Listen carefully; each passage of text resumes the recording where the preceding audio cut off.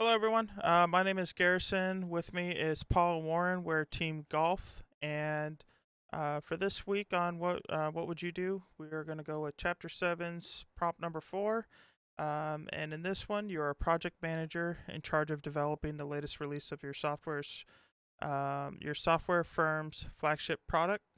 The release date for your product is 2 weeks away. Everyone's extremely excited, and sales are forecasted to be, $25 million per month, and it's supposed to be a big deal for you guys. However, you guys ran into a problem where two key features promised to the customers um, have several bugs in them, and this severely limits the capability of the software and its just entire usefulness. You estimate it'll take 6 weeks to find and fix these problems. In addition to that, your quality assurance team also found 15 additional bugs. That will take some more time, but they are less severe bugs. And what would you recommend to management? So, using the 5 steps process from chapter one, we're going to first develop a problem statement, and pulling from this, we have that the product is scheduled to be launched in 2 weeks.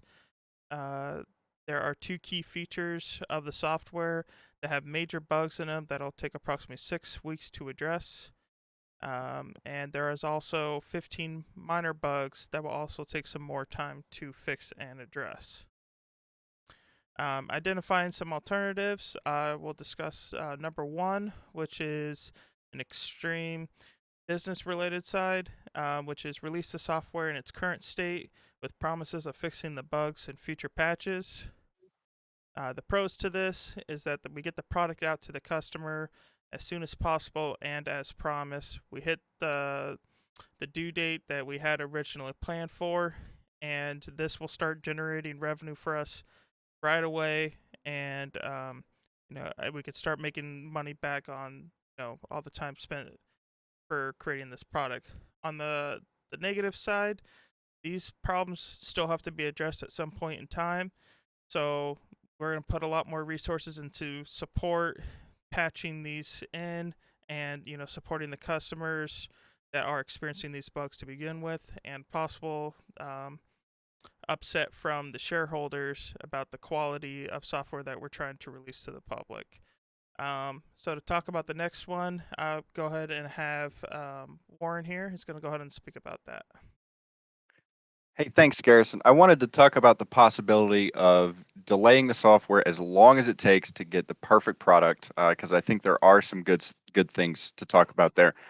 Namely, that the customers are getting the best possible product for their money, which is ostensibly what they signed up for. They wouldn't be excited about your product if they thought that it was subpar.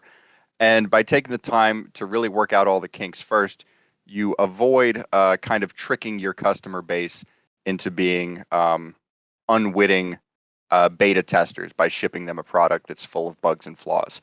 And delays aren't always necessarily a bad thing for consumers. They can build anticipation. Customers like the idea that a company is working really hard to give them the best possible product, and often are more than willing to wait for the best possible product. And in the software world, first impressions are very important, as illustrated by this graph showing that on the Android market, the average app loses 80% of its customers within the first 3 days. And that's a really common behavior. That's for Android, but it speaks to a very common behavior in all software. We install something, it doesn't do that one thing that we wanted, or we don't like the interface, or some little thing is off about it, and we immediately uninstall it and go looking for an alternative. Um, so delaying until all the bugs are fixed is not without its drawbacks. Um, Delays aren't guaranteed to increase anticipation. Nobody likes to wait, and people can get bored of waiting. So people might that excitement for your product might taper off. People might get tired of waiting uh, and go looking for an alternative before your product is even launched. Um, and realistically, uh, software is never finished. Updates and bug fixes are pushed out throughout the duration of a software's life cycle. So saying that you're going to delay it until it's perfect kind of puts you on an infinite timeline, especially considering that those 6-week figures are only estimates. And those are deadlines that you can miss. Software development is complicated and there's a lot that can go wrong. And perhaps most importantly, it's bad for business to delay your product. You told the customers it was going to be ready on this date. You're here to sell your product to the customer to make money, and delaying the product more than necessary inhibits that goal. So because that side has kind of its ups and downs, Paul is going to tell us about what we have decided is a ethical, healthy compromise that gets the best of both worlds. Great. Yeah. So thanks, Warren. I'm going to go ahead and start us off with choosing our alternative. We've heard the two extremes, and what our group decided was that the best option for our company at this moment would be to have a sort of conglomerate approach here. So we're going to go ahead and address the major bugs and delay the release by 4 weeks, or this is at least what we're recommending to management, and we're going to fix the 15 minor bugs in future patches. And this is just going to be maintaining a reasonable timeline without severely compromising our final product. So just to kind of outline possible positions a bit further, you could be making this decision in a couple different environments, and I just wanted to kind of talk about the different challenges you might face in each of these environments. First one's going to be if you're in a big publicly traded company, your ethical challenges might look a little differently. Not trying to make excuses necessarily for publicly traded companies, but you might have different looking challenges.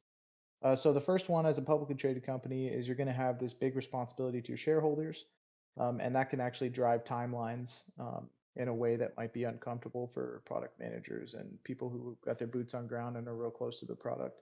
The second one you might be dealing with in publicly traded companies is kind of some detached executives with their incentives misaligned, maybe even completely detached from the quality of the product. They're just kind of looking at spreadsheets maybe, and they've just got a real bear approach, just money in, money out, and they are often pretty removed from the product. And then you've got your private company, and this might be a completely different environment. You may have a little bit more local control of deadlines. You can cultivate your consumer culture a little bit more easily. So actually anticipate, like have your customers sort of anticipate the quality of product and maybe be willing to wait. And staying private actually might be an ethical choice. Let's go ahead and go to the next slide here. Okay, so basically to wrap up this decision, can ethics and revenue coexist? So the short answer is yes, it definitely can. The the argument would definitely be made that ethics can not only coexist with revenue, but ethics can actually drive revenue, can help to be a driver for revenue. And it's often this dilemma between short-term and long-term scope revenue. So a lot of times, unethical decisions are going to be made with that short-term profit mindset, and when really, if you were to look at the long-term company revenue and performance, it's usually those ethical decisions that are actually going to get you there because they build reliability with your consumer base. Um, and then just in the end, just making those ethical and transparent decisions. That's what equates to the positive business outcome. So making that ethical choice and then being transparent to your consumers about it is what we think is the best option to recommend to management. Thank you guys for tuning in and listening to our presentation.